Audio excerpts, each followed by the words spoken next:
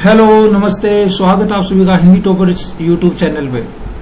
कल हम लोगों ने भाग आपका 3 डिस्कस किया। आज हम लोग भाग 4 डिस्कस करेंगे। भाग नंबर 4 डिस्कस करेंगे, जिसमें हम आर्टिकल 12 से लेकर 35 तक जितने भी हमारे मूल अधिकार है और उनसे रिलेटेड जितने भी इम्पोर्टेंट क्वेश्चन है वो इस सेशन में हम लोग डिस्कस करने की कोशिश करेंगे। आई होप अब तक जितने भी सेशन हम लोगों ने किए हैं, 3 सेशन हो चुके हैं, ये काफी आपको हेल्पफुल लगे होंगे। और देखिए क्वेश्चन क्या ना, घुमा फिरा के इसी टाइप में क्वेश्चन पूछे जाएंगे आपसे। कोई अलग से यूपीएससी कुछ ऐसा क्वेश्चन क्रिएट नहीं कर देगा कि जिसका आपको बिल्कुल ही अंदाजा ना हो। ठीक है, पॉलिटी के जो क्वेश्चन आते हैं वो ऐसे ही आते हैं जो आप रोजमर्रा आपने या तो उसको न्यूज़पेपर में पढ़ा होगा या किसी न्यूज चैनल पे देखा होगा। खैर आजकल न्यूज चैनल पे तो न्यूज आती ही नहीं है, बेमतलब की बातें ज्यादा आती है, लेकिन कहीं ना कहीं आपने आप उसके टच में आए होंगे, कहीं ना कहीं आपने उसको सुना होगा या पढ़ा होगा। तो ऐसा कोई हवा में क्वेश्चन नहीं आ जाता। तो पॉलिटी के क्वेश्चन इसी टाइप में आएंगे। बस आपको ज्यादा से ज्यादा जो काम करना वो है प्रैक्टिस। आप ज्यादा से ज्यादा प्रैक्टिस कीजिए, बार बार क्वेश्चन को सोल्व कीजिए, उसके डिफरेंट डायमेंशन को समझने की कोशिश कीजिए और आप यकीन मानिएगा कि आप पॉलिटी के सेशन में बहुत ज्यादा अच्छा कर जाओगे, क्योंकि उसमें इतना ज्यादा कुछ मुश्किल नहीं आता है। पॉलिटी का जो पार्ट आता है उसमें एग्जाम में तो इतना ज्यादा मुश्किल नहीं आता है, लेकिन आपको उसके लिए प्रैक्टिस करनी चाहिए। और दूसरा, आपके कॉन्सेप्ट जो बेसिक कॉन्सेप्ट है वो आपके डाउट पूरी तरीके से क्लियर होने चाहिए। ठीक है, तो चलिए अब स्टार्ट करते हैं। भारतीय संविधान के अनुच्छेद 15 में क्या कहा गया है कि धर्म, वंश, जाति, लिंग और जन्म स्थान के आधार पर किसी भी प्रकार का भेदभाव नहीं किया जाएगा। ठीक है, तो किस प्रकार के भी भेद को प्रतिषेध किया गया है? तो सभी को किया गया है। आंसर इसका आ जाएगा डी। आसान क्वेश्चन था।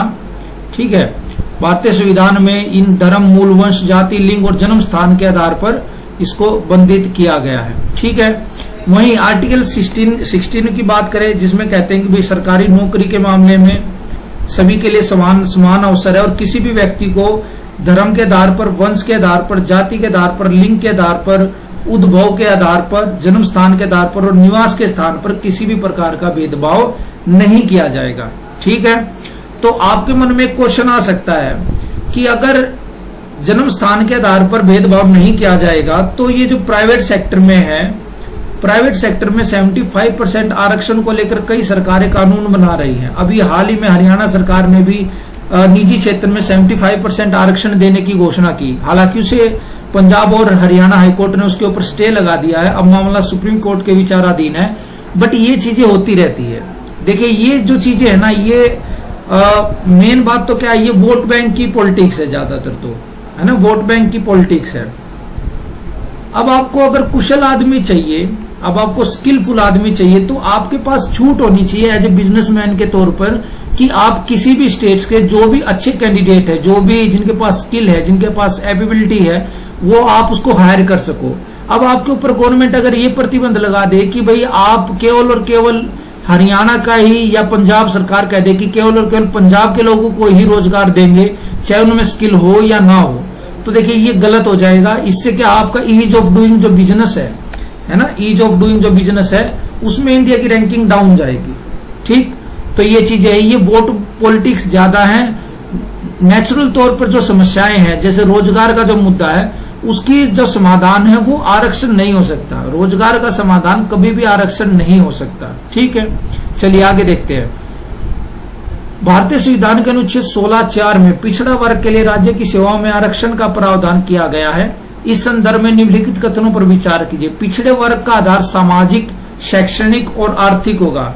नहीं, अभी इंडिया में आर्थिक आधार पर आरक्षण का कोई प्रावधान नहीं है, केवल सामाजिक और शैक्षणिक आधार पर आरक्षण का अधिकार है। दूसरा, राज्य की सेवाओं में उस वर्ग का प्रतिनिधित्व पर्याप्त नहीं है। हाँ, अगर ऐसा नहीं है तो आप आरक्षण का प्रावधान कर सकते हो। तो इसका आंसर आ जाएगा B. Answer will be B. ठीक है, थर्ड वन, क्रीमी लेयर से संबंधित। चलिए अब देखिए, भारत में अगर हम बात करें ओबीसी जो वर्ग है, ओबीसी वर्ग लगभग 60% आबादी ओबीसी में आती है। अब 60 की 60% आबादी को अगर आप आरक्षण दे दोगे तो ये अपने आप में एक बड़ी चुनौती की समस्या हो जाएगी। फिर जो आपका लेवल प्लेइंग फील्ड होगा, एक समान अवसर होगा, उसमें कहीं ना कहीं आपकी संभावनाएं कम हो जाएगी। तो सरकार ने क्या किया कि कि भाई एक काम करते हैं, ओबीसी को 27% आरक्षण दिया और इस आरक्षण में भी आपको 2 कैटेगरी में डिवाइड कर दिया गया। ठीक है, एक है आपका क्रीमी लेयर, एक है आपका non creamy layer. Creamy layer का मतलब जो भी व्यक्ति की सैलरी सालाना 8 लाख रुपए, 8 लाख से ज्यादा है तो वो क्रीमी लेयर में आएंगे, और जिनकी 8 लाख से कम है वो आपके नॉन क्रीमी लेयर में आएंगे। ठीक है, अब ऑब्वियस सी बात है, जिसकी 8 लाख से ज्यादा है वो अगर क्रीमी लेयर में आएंगे तो उनको किसी भी प्रकार के आरक्षण का लाभ नहीं मिलेगा। क्रीमी का मतलब भैया क्रीम है बिल्कुल, अब इनको आरक्षण की जरूरत नहीं है, किसी भी सोशल सपोर्ट की जरूरत नहीं है, ये अपना भला खुद कर सकते हैं। ठीक है, नॉन क्रीमी लेयर में वो लोग हैं जिनको आरक्षण का अभी तक सही जो लाभ मिलना चाहिए तो वो नहीं मिल पाया है, इसलिए इनको जरूरत है। ठीक, तो इसके अंतर्गत शामिल पिछड़ा वर्ग आरक्षण का लाभ उठा सकता है, गलत। हम लोगों ने डिस्कस किया क्रीमी लेयर वाले नहीं उठा सकते। पिछड़ा वर्ग में क्रीमी लेयर की पहचान के लिए रामानंद समिति का गठन किया गया था। आपको पता हो या ना पता हो, इस स्टेटमेंट को आप छोड़िए भी। थर्ड देखिए, जिसके पास एक छूट सीमा से अधिक की संपत्ति है क्रीमी लेयर के अंतर्गत नहीं आते, गलत। एक निश्चित इनकम से अगर अधिक है तो वो किस में आते, क्रीमी लेयर में ही आते हैं। तो अगर आपका पहला गलत हो जाएगा तो एलिमिनेशन मेथड से वैसे ही आंसर निकल आएगा, केवल और केवल आंसर 2 इसका राइट आंसर है।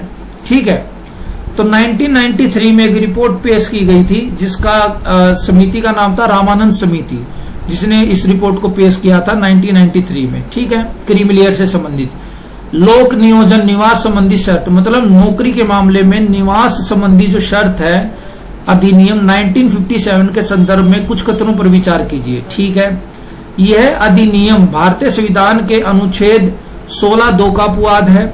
वर्तमान में यह व्यवस्था किसी राज्य केंद्र शासित प्रदेश में लागू नहीं है। मैंने कहा जहां भी आपको एक्सेलरेट लग जाए, मतलब अति संयोक्ति वाली चीजें लग जाए कि भाई बिल्कुल भी नहीं है, ऐसे जब भी वर्ड आए तो वो आपका स्टेटमेंट मोस्ट प्रोबेबली गलत ही होगा। तो इसमें दूसरा गलत है और पहला आपका ऑप्शन जो है वो आपका करेक्ट आंसर है, तो आंसर विल बी ए।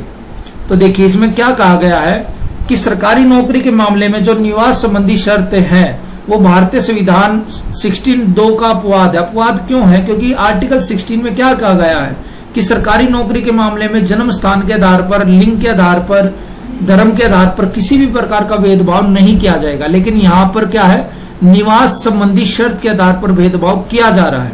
ठीक है, तो वर्तमान में अगर हम लोग बात करें तो वर्तमान में आंध्र प्रदेश और तेलंगाना में यह प्रावधान वर्तमान में चल रहा है। बस आपको बस इतना ही पता होना चाहिए, इसका आंसर ए आएगा। चलिए क्वेश्चन नंबर 5 देखते हैं। समान कार्य के लिए समान वेतन को एक मौलिक अधिकार बनाने के लिए भारतीय सर्वोच्च न्यायालय को आधार मिलता है। ठीक है, किस आधार पर सर्वोच्च न्यायालय जो है इनको मौलिक अधिकारों के अंतर्गत समान काम के लिए समान वेतन के अनुसार आपको मान्यता प्रदान करता है। तो भारतीय संविधान की समाजवादी और आर्टिकल 18 नहीं, आर्टिकल 18 आपका रोजगार या समान वेतन से संबंधित नहीं है, 15 भी नहीं है आपका, 17 भी नहीं है आपका, आर्टिकल 14, आर्टिकल 16 और आर्टिकल 39D जो आपका डीपीएसपी में आता है, इन अनुच्छेदों के अनुसार समान काम के लिए आपको समान वेतन मिलना चाहिए। ठीक है, चाहे वो लेडी हो चाहे जेंट्स हो, उसके लिए क्या आपको समान काम के लिए आपको समान वेतन देना अनिवार्य है। अभी मोस्ट जो ज्यादातर हमारे देश में क्या होता है, जो उद्योगपति होते हैं ना, वो महिलाओं को कई जॉब को लेकर उनको प्रेफरेंस देते हैं कि भाई आप करवा लो। अब क्या दिक्कत होती है, महिलाओं को वो एक तो ज्यादा टाइम तक काम कराते, दूसरा उनको सैलरी कम देते हैं। अब जैसे मैटरनिटी लीव वगैरह नहीं देते हैं। अब उसके कारण क्या होता है कि जो महिलाओं का जो सशक्तिकरण होना चाहिए, जो गवर्नमेंट प्रयास करती है एम्पावरमेंट की, वो एक्चुअल में ग्राउंड लेवल पर नहीं हो पाता है। इसलिए इस प्रकार के कानून लागू करना काफी जरूरी है कि भाई जिसमें समान काम के लिए आपको समान वेतन मिले, चाहे आप पुरुष हो चाहे आप महिला हो। ठीक है, चलिए नेक्स्ट देखते हैं। सिविल अधिकार संरक्षण, सिविल अधिकार संरक्षण, इस कानून को पहले आपका अस्पृश्यता उन्मूलन के नाम से भी जाना जाता था। अब इसके बारे में देखते हैं। इस अधिनियम का संबंध भारतीय संविधान के भाग 3 में वर्णित अस्पृश्यता के अंत से, भाग 3 आपका मूल अधिकारों से रिलेट करता है। ठीक है, भारतीय संविधान का अनुच्छेद 35 संसद और राज्य के विधानमंडल को यह अधिकार देता है कि वह इस प्रकार के अधिनियम बनाए। देखिए मैंने पहले ही बताया था, राज्य के विधानमंडल को मौलिक अधिकारों के संबंध में कोई ज्यादा पावर नहीं है, वो कानून नहीं बना सकते। ठीक है, तो थर्ड देखते हैं, अस्पृश्यता के आचरण से दो संबंधी व्यक्ति संसद या किसी राज्य के विधानमंडल की सदस्यता के लिए योग्य नहीं रह जाता। बिल्कुल सही। अगर किसी व्यक्ति को छुआछूत के कारण किसी प्रकार का दोष सिद्धि की जाती है और उसको माना जाता है, तो उसको लेकर आप ये कानून है कि वो किसी भी राज्य का विधानमंडल का चुनाव या संसद का चुनाव नहीं लड़ सकता। तो इसका आंसर आ जाएगा 1 and 3। 1 and 3 will be right answer. ठीक है, अब देखिए इसमें खैर कुछ डिटेल की बात तो नहीं है, डिटेल में इतना ही है जितना मैंने आपको बता दिया। ठीक है, हाँ ये इंपॉर्टेंट है आपका, आप इसको यहाँ पर याद कर सकते हो। मोस्ट इंपोर्टेंट लाइन है, अस्पृश्यता शब्द को न तो संविधान में और न ही इस अधिनियम में परिभाषित किया गया है। मैसूर उच्च न्यायालय ने व्यवस्था की कि इसका प्रयोग ऐतिहासिक है। हमारे संविधान में बहुत सारे ऐसे वर्ड है जिनको परिभाषित नहीं किया गया, बस मेंशन करके छोड़ दिया गया। जैसे अल्पसंख्यक को परिभाषित नहीं किया गया है। दूसरा आपका अस्पृश्यता, अनटचेबिलिटी, इसको भी एक्सप्लेन नहीं किया गया, बस मेंशन करके छोड़ दिया गया, जिसके कारण समय समय पर विवाद भी उठते रहे हैं, लेकिन ये सब चलता रहता है, ये सोल्व हो जाते हैं। अब आर्टिकल 18 में उपाधियों से संबंधित बात की गई, कौन सा कथन सही नहीं है के बारे में हमें जानना है। चलिए, राज्य सेना या विधा संबंधी सम्मान के सिवाय कोई उपाधि प्रदान नहीं करेगा, बिल्कुल सही बात है। ठीक है, राज्य जो है मिलिट्री में आपको दे सकता है, या आपने एजुकेशन के क्षेत्र में कोई अच्छा काम किया तो आपको उपाधि दे सकता है, केवल स्टेट दे सकता है। बाहर से आप कोई भी उपाधि नहीं ले सकते।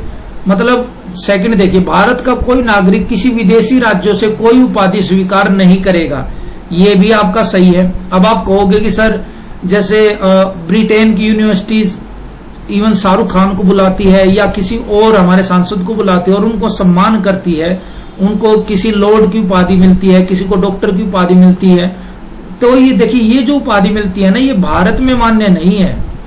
आपने कभी नाम के आगे देखा है कि शाहरुख खान ने अपने नाम के आगे ये लगाया हो कि डॉक्टर शाहरुख खान? ऐसा इंडिया में नहीं कर सकते, क्योंकि इंडिया में जो फॉरेन की जितनी भी उपाधियां हैं, फॉरेन कंट्री ने जो भी उपाधियां दी हैं, वो भारत में मान्य नहीं होती है। ठीक है। तीसरा, भारत रत्न, पद्म विभूषण, पद्म भूषण और पद्म श्री उपाधियां नहीं है, ये भी सही है। भारत सरकार इनको किसी भी प्रकार की उपाधियों में शामिल नहीं करती है। ठीक है, ये सिंपली किसी को बस सम्मान देने के लिए, उसकी प्रेस्टीज को बढ़ाने के लिए एक टैग दे दिया जाता है। ठीक है, बस इतना ही है। नेक्स्ट, इसके उल्लंघन के विषय में संसद ने संविधान के अनुच्छेद 35 के अंतर्गत अधिनियम बनाया है। नहीं, इसको लेकर किसी भी प्रकार का कोई भी अधिनियम नहीं बनाया गया, तो आंसर विल बी डी। संसद ने अभी तक इस विषय में कोई भी अधिनियम नहीं बनाया है। चलिए क्वेश्चन नंबर 8 देखते हैं। भारतीय संविधान के अनुच्छेद 19(1) में वाक स्वतंत्रता, freedom of speech and expression आदि विषय से संबंधित अधिकार दिए गए हैं। निम्नलिखित में से कौन सा अधिकार इसके अंतर्गत शामिल नहीं है? अच्छा जी, तो देखिए, विदेश यात्रा करने का अधिकार आपका आर्टिकल 21 में आता है, 19 में नहीं आता है। और जो शिक्षा का अधिकार है, ये भी आपका आर्टिकल 21 में ही आता है। तो संगम और सहकारी समिति बनाने का जो अधिकार है, ये आपका 19(1) में आता है। ठीक है, तो इसका आंसर नहीं पूछा था, तो दैट्स वाई इसका आंसर आ जाएगा 1 और 3, सी इसका राइट आंसर आ जाएगा। ठीक है, तो वर्तमान में हमारी जो freedom of speech and expression है, इस फंडामेंटल राइट्स के तहत आपको 6 प्रकार के अधिकार दिए गए हैं। कौन कौन से? पहला है आपका आप वाक और अभिव्यक्ति की स्वतंत्रता है, शांतिपूर्वक और निरायुध सम्मेलन का अधिकार है, संगम, संघ या सहकारी समिति बनाने का अधिकार है, भारत के राज्य क्षेत्र में सर्वत्र आबाद संचरण घूमने का अधिकार है, भारत के राज्य क्षेत्र के किसी भी भाग में निवास करने या बस जाने का अधिकार है, कोई वृत्ति, उपजीविका, व्यापार या कारोबार करने का अधिकार है। तो ये सारे जो अधिकार हैं, ये आपके आर्टिकल 19(1) में आते हैं। ठीक है, चलिए अब नोट की बात यह है कि आर्टिकल 1 में संपत्ति को खरीदने, अधिग्रहण करने या बेच देने का अधिकार था, जिसे संविधान संशोधन 44 के द्वारा 1978 में समाप्त कर दिया गया था। तो पहले जो संपत्ति का अधिकार था वो आपका एक मूल अधिकार था।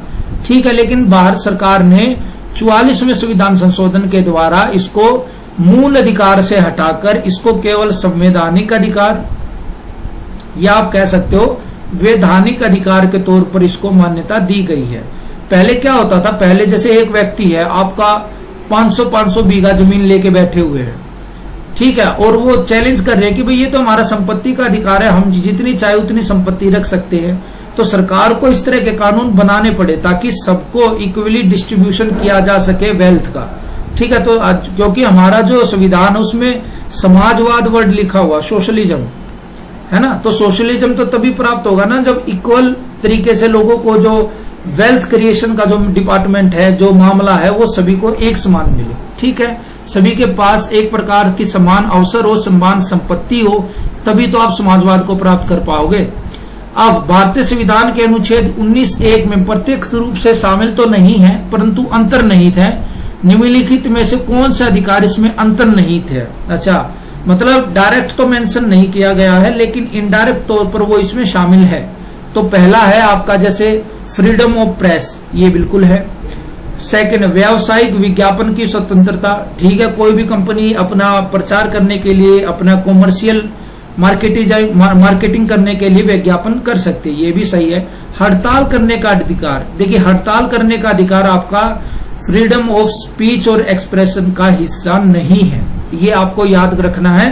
तो आंसर इसका आ जाएगा आपका 1 और 2, ठीक है। चलिए नेक्स्ट बढ़ते हैं।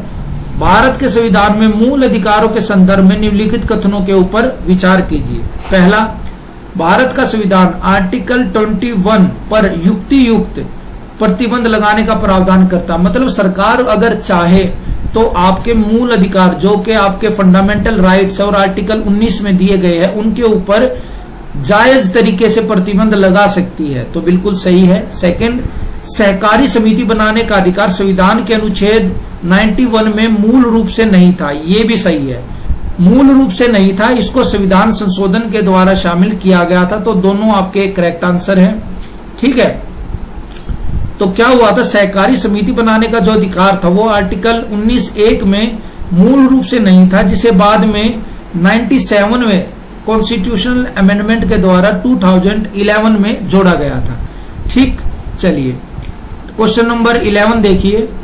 नागरिक के विचार एवं अभिव्यक्ति की स्वतंत्रता पर युक्ति युक्त प्रतिबंध लगाया गया, निम्नलिखित में से कौन इसके अंतर्गत शामिल है? मतलब भारत सरकार किसके आधार पर किसी व्यक्ति के मूल अधिकारों के ऊपर प्रतिबंध लगा सकती है? कोई रीजन तो होने चाहिए ना भारत सरकार के पास। तो देखिए, यदि भारत की संप्रभुता और अखंडता को खतरा है तो बिल्कुल लगा सकती है। विदेशी राज्यों के साथ अगर मैत्रीपूर्ण संबंध है बिल्कुल लगा सकती है। अब मान लो कोई व्यक्ति है, कोई फेमस व्यक्ति है और वो भारत के संबंध को लेकर नेपाल के संबंधों के बीच में किसी प्रकार की मतलब हेट स्पीच करे या जो उसको बात कहनी नहीं चाहिए थी वो उस प्रकार की बातें करे, तो भारत सरकार उसके ऊपर, उसके बोलने के ऊपर प्रतिबंध लगा सकती है, ठीक है, उसको डिटेन कर सकती है। तीसरा, न्यायालय की अवमानना, ये भी बिल्कुल सही है। अगर कोई सुप्रीम कोर्ट कोई फैसला देता है और कोई व्यक्ति या कोई संघ उसके न्यायालय के अवमानना करता है, उसकी बात को मानने से मना करता है, इनकार करता है, तो सरकार को अधिकार है कि वो उसकी फ्रीडम ऑफ स्पीच और एक्सप्रेशन के ऊपर प्रतिबंध लगा सकती है। फोर्थ, अवांछनीय आलोचना, नहीं, ये कोई रीजन नहीं है। अब यूं तो कोई व्यक्ति अगर सरकार की आलोचना करने लग जाए, अब महंगाई के ऊपर अगर सरकार की आलोचना कर दे और सरकार कह दे कि ये तो सरकार की अवांछनीय आलोचना है और हम नहीं सुनना चाहते हमारी आलोचना, तो हम इसके कारण क्या, इस व्यक्ति की फ्रीडम ऑफ राइट जो इसको हमें दिया गया है, हम उसको प्रतिबंध लगाते हैं। तो सर ऐसा नहीं कर सकते। सरकार अगर लोक व्यवस्था, हाँ, पब्लिक ऑर्डर को बनाने के लिए अगर सरकार को प्रतिबंध लगाना पड़े तो सरकार लगा सकती है, ठीक है। तो जैसे मान लो अभी रामनवमी के अवसर पर कई जगह पर दंगे हुए, है ना, तो सरकार ने क्या किया, वहां पर आपका धारा 144 लगा दी। तो उसके कारण क्या हुआ कि भाई वहां पर कोई भी लोग इकट्ठे नहीं हो सकते, किसी भी प्रकार का भाषण नहीं दे सकते। अब भाषण ना देना आपका फ्रीडम ऑफ स्पीच के अगेंस्ट ही है, जो आपका फंडामेंटल राइट्स है, लेकिन सरकार पब्लिक ऑर्डर को मेंटेन करने के लिए इस प्रकार के नियम लागू कर सकती है। तो दैट्स वाई इसका आंसर जो आ जाएगा आपका वो 1, 2, 3 और 5, ठीक है। D R your correct answer. चलिए नेक्स्ट देखते हैं। भारतीय संविधान में के अनुच्छेद 19(1) ख में शांतिपूर्वक और निरायुध सम्मेलन करने संबंधी अधिकार दिए गए हैं। इस संदर्भ में किसे शामिल नहीं किया जाता? ठीक है भाई, आप जो है शांतिपूर्व तरीके से कहीं भी आंदोलन या सम्मेलन कर सकते हैं, लेकिन इसमें कौन सी प्रक्रियाओं को शामिल नहीं किया जाता? तो देखिए, एकत्रित जनता जिसे हथियार नहीं रखना चाहिए, हाँ इसको तो शामिल किया जाता है। शांतिपूर्ण इकट्ठा होना चाहिए, ये भी। ये इस प्रकार का जो भी आपका सम्मेलन है या जो भी आपका आंदोलन है वो केवल और केवल सार्वजनिक भूमि के ऊपर होगा, बिल्कुल सही। इसमें हड़ताल का अधिकार शामिल है? नहीं, हड़ताल का अधिकार शामिल नहीं है। जैसे देखिए, अभी आर्मी भर्ती को लेकर दिल्ली में प्रोटेस्ट हुए, तो सरकार ने उनको एक जगह अलॉट की कि भाई आपको अगर आंदोलन करना है, आपको अगर रोष प्रदर्शन करना, तो केवल और केवल आप जंतर मंतर पर हम लोगों ने जगह दे दी है, आप वहां पर बैठकर आप पब्लिकली आप सरकार की नीतियों का विरोध कर सकते हो। तो ये क्या है? ये शांतिपूर्वक और निरायुध सम्मेलन करने का आपका अधिकार है, लेकिन इसमें हड़ताल का अधिकार शामिल नहीं है। आप हड़ताल नहीं कर सकते भारत में, ठीक है। भारतीय संविधान के भाग 3 में प्राण एवं दैहिक स्वतंत्रता के संरक्षण संबंधी प्रावधान किए गए हैं। इस संदर्भ में निम्नलिखित में से कौन सा कथन सही है? चलिए देखते हैं। प्राण एवं दैहिक स्वतंत्रता के संबंध में आर्टिकल जो आपका है, ये आपका आर्टिकल 21 के तहत बात कर रहा है। पहला, कौन सा कथन सही है? इस मूल अधिकार में विधि की सम्यक प्रक्रिया के सिद्धांत को अपनाया गया है। बिल्कुल सही भाई, किसी भी व्यक्ति को अगर उसके प्राणों से मुक्त करना है, या किसी भी व्यक्ति को अगर डेथ पेनल्टी देनी है, किसी भी व्यक्ति को अगर जेल करनी है, किसी भी व्यक्ति को अगर लाइफ टाइम के लिए उम्र कैद देनी है, तो उसके लिए क्या नियम है, क्या कानून है, ये पूरी तरीके से डिफाइन किए गए हैं ना। तो कोई भी सरकार है या कोई भी न्यायालय है, वो केवल और केवल एक अच्छे तरीके से, लॉ के तरीके से, एक जायज तरीके से, लेजिटिमेट तरीके से ही किसी व्यक्ति को डेथ पेनल्टी देनी हो या जेल करनी हो, एक सम्यक प्रक्रिया के माध्यम से ही इसको कर सकता है। ऐसा तो नहीं है कि भाई जज की कोई पर्सनल खुंदक थी किसी अपराधी के साथ और जज ने बोल दिया कि भाई मैं इसकी सुनवाई नहीं करूंगा, आप इसको जेल में डालो। ऐसा तो इंडिया में नहीं होता है। इंडिया में तो बकायदा अगर किसी के पास वकील नहीं है और उसकी हैसियत नहीं है कि वो वकील को अफोर्ड कर सके, तो सरकार उसको खुद वकील प्रोवाइड कराती है, ताकि भाई उसको अपना पक्ष रखने का तो एक मौका तो मिले कम से कम, ठीक है। सेकंड, यह मूल अधिकार सभी व्यक्तियों को प्राप्त नहीं है। गलत। मैंने कल भी बताया था आपको, केवल 15, 16, 19 और 29 और 30 आर्टिकल को छोड़कर और जितने भी अधिकार हैं वो सभी नागरिकों को प्राप्त है, सभी व्यक्तियों को प्राप्त है, चाहे वो इंडिया का हो चाहे वो फॉरेन का हो, ठीक है। थर्ड, विधि द्वारा स्थापित प्रक्रिया के आधार पर भी किसी व्यक्ति को उसके प्राण या दैहिक स्वतंत्रता से वंचित नहीं किया जा सकता। गलत, किया जा सकता है। मात्र एक मूल अधिकार है जिसे आपातकाल में भी निलंबित नहीं किया जा सकता। ये भी आपका गलत है, ठीक है ना, ये भी आपका गलत है। इसको किया जा सकता है, ठीक है। चलिए, क्योंकि जो प्राण और दैहिक स्वतंत्रता का जो अधिकार है वो आर्टिकल 21 में आता है, ठीक है। इसमें मूल अधिकार सभी व्यक्तियों को प्राप्त है और 20 और 21 दो ऐसे मूल जिन्हें आपातकाल में भी निलंबित नहीं किया जा सकता। तो इसलिए इन्होंने क्या कहा कि मात्र एक मूल अधिकार है, मात्र नहीं है। आर्टिकल आपका 20 और आर्टिकल आपका 21 दो ऐसे मूल अधिकार है जिनको आप इमरजेंसी में भी सस्पेंड नहीं कर सकते, सरकार को राइट नहीं है, ठीक है। अब शिक्षा के अधिकार के विषय में निम्नलिखित कथनों पर विचार कीजिए।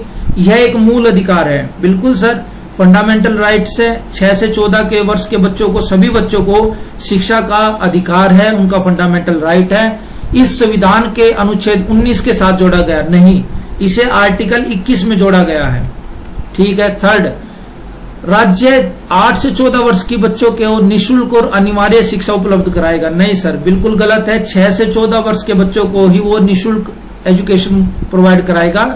फोर्थ, 93 संविधान संशोधन 2002 के द्वारा इसे मूल अधिकार बनाया गया था। नहीं, जो आपका 86 संविधान संशोधन था उसके माध्यम से इसको फंडामेंटल राइट्स का दर्जा दिया गया था।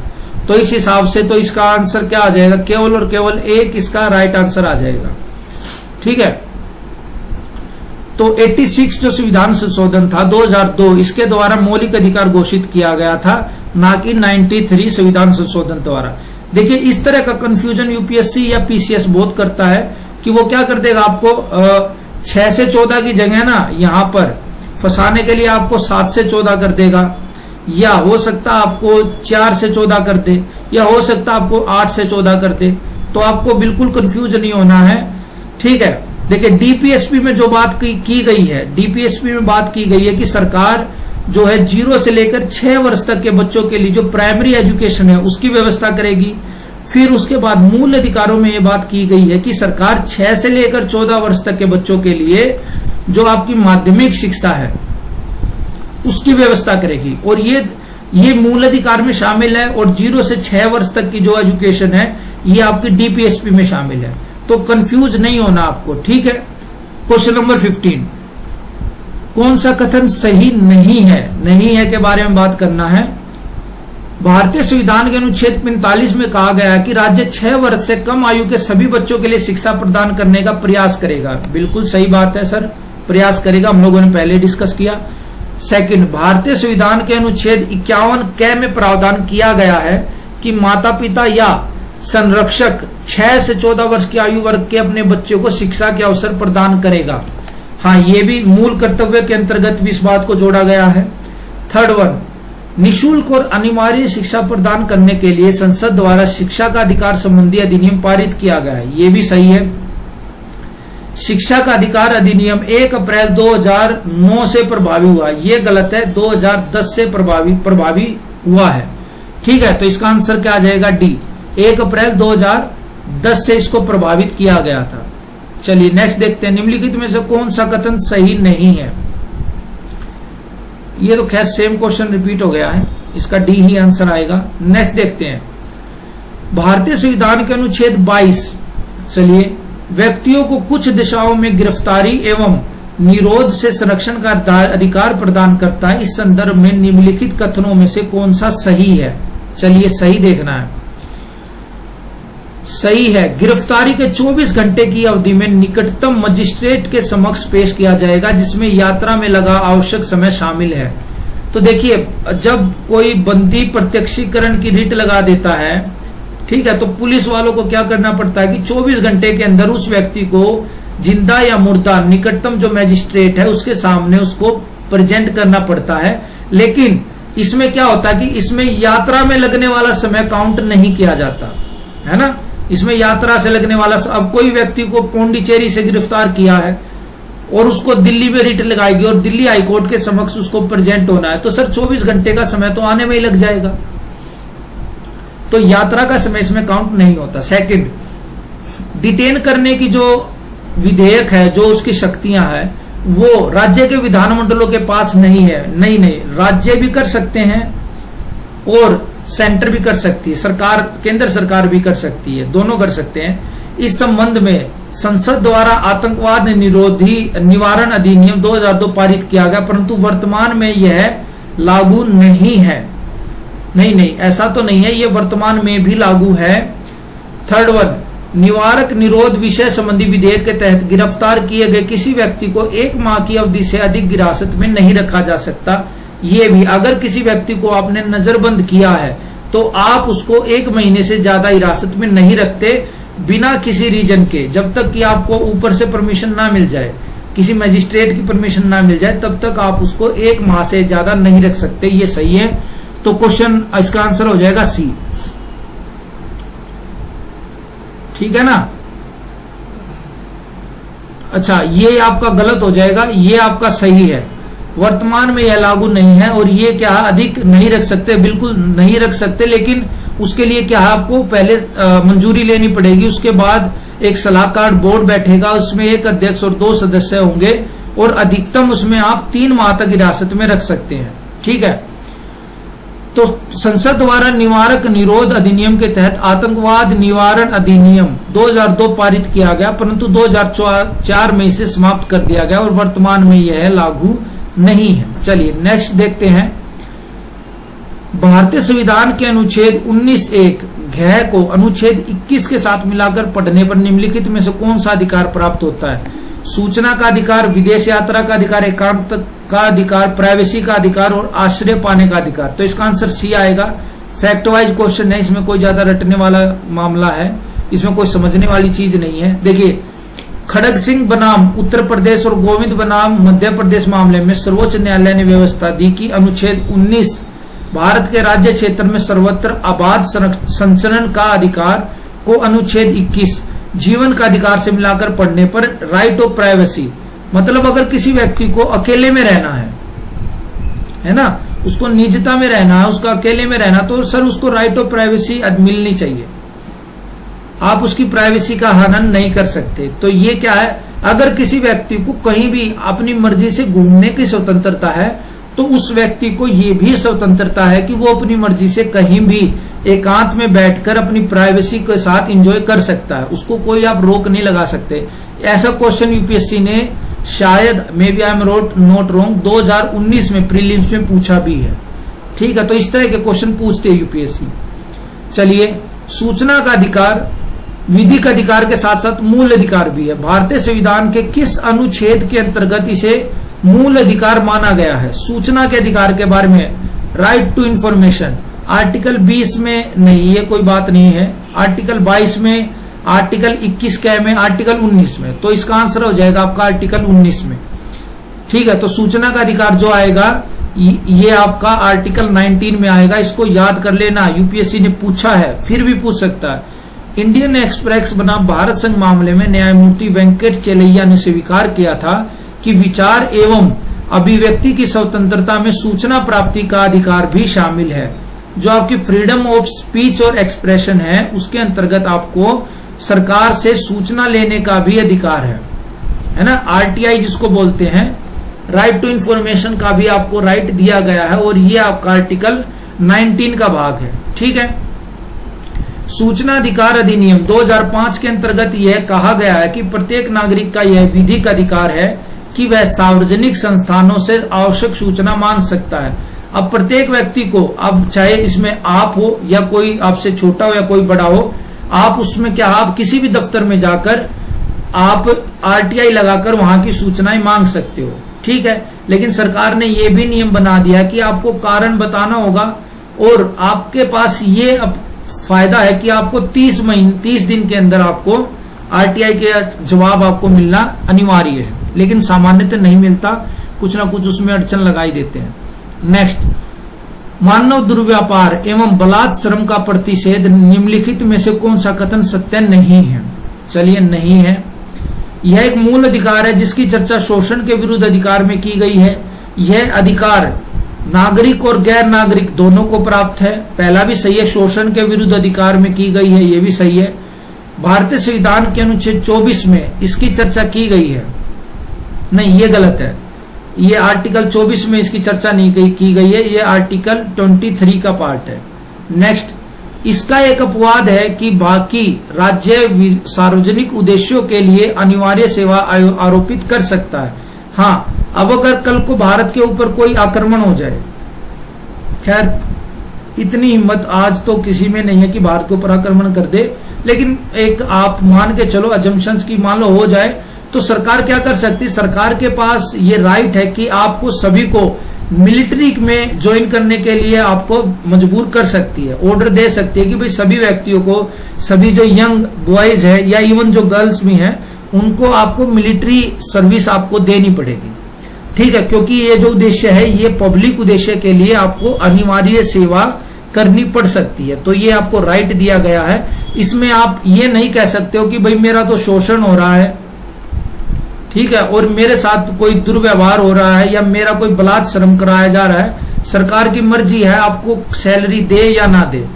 लेकिन ये काम तब हो सकता है जब सरकार का जो इंटेंशन हो वो केवल और केवल पब्लिक उद्देश्य के लिए हो। ऐसा कोई अपनी मर्जी से सरकार नहीं कर सकती, उसके लिए एक बड़ा इंटेंशन चाहिए और जिसमें पब्लिक इंटरेस्ट के पक्ष में ही ये काम कर सकती है। तो इसका आंसर क्या आ जाएगा? आपका आंसर आपका आ जाएगा सी।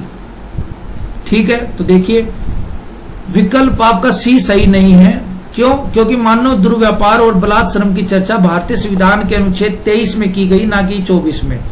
शोषण के विरुद्ध अधिकार एक मूल अधिकार है जिसकी चर्चा भारतीय संविधान के अनुच्छेद 23-24 में की गई है। अनुच्छेद 23 में मानव दुर्व्यापार का प्रतिषेध किया गया है। ठीक है, बलात् श्रम को प्रतिबंध करने के लिए संसद ने कई कानून भी बनाए हैं, जैसे बंधुआ मजदूरी व्यवस्था 1976, न्यूनतम मजदूरी अधिनियम 1948, ठेका श्रमिक अधिनियम 1970, समान परिश्रमिक अधिनियम आपका 1976। ठीक है, तो ये कानून भी बनाए हैं। तो आज के सेशन में इतना ही है। आई होप आपको ये सेशन अच्छा लगा होगा। तो जो भी आप चैनल के ऊपर नया विजिट करते तो प्लीज चैनल को आप लोग सब्सक्राइब कीजिए, लाइक कीजिए, ज्यादा से ज्यादा शेयर कीजिए, ताकि और स्टूडेंट को भी जिनको नीड है, जिनको जरूरत है, जिनके जो बेसिक कॉन्सेप्ट है वो क्लियर नहीं है, उन तक ये चीजें पहुंच जाए और वो भी बेनिफिट उठा सके। ठीक है ना, क्योंकि देखिए एजुकेशन तो जितना फैलाएंगे उतना ज्यादा बेनिफिट होगा।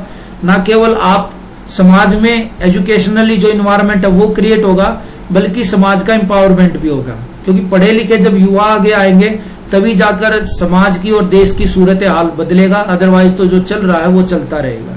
ठीक है, तो चलिए मिलते हैं आप लोगों से नेक्स्ट वीडियो में। तब तक आप अपना ध्यान रखिए, खुश रहिए, पढ़ते रहिए, पढ़ाई को बर्डन मत बनाइए, पढ़ाई के साथ एंजॉय कीजिए, पढ़िए जब तक आपका मन करता है तब तक पढ़िए, आराम से दिल लगाकर। जब मन नहीं कर रहा है तो जबरदस्ती किताब खोल के बैठने का कोई बेनिफिट नहीं है।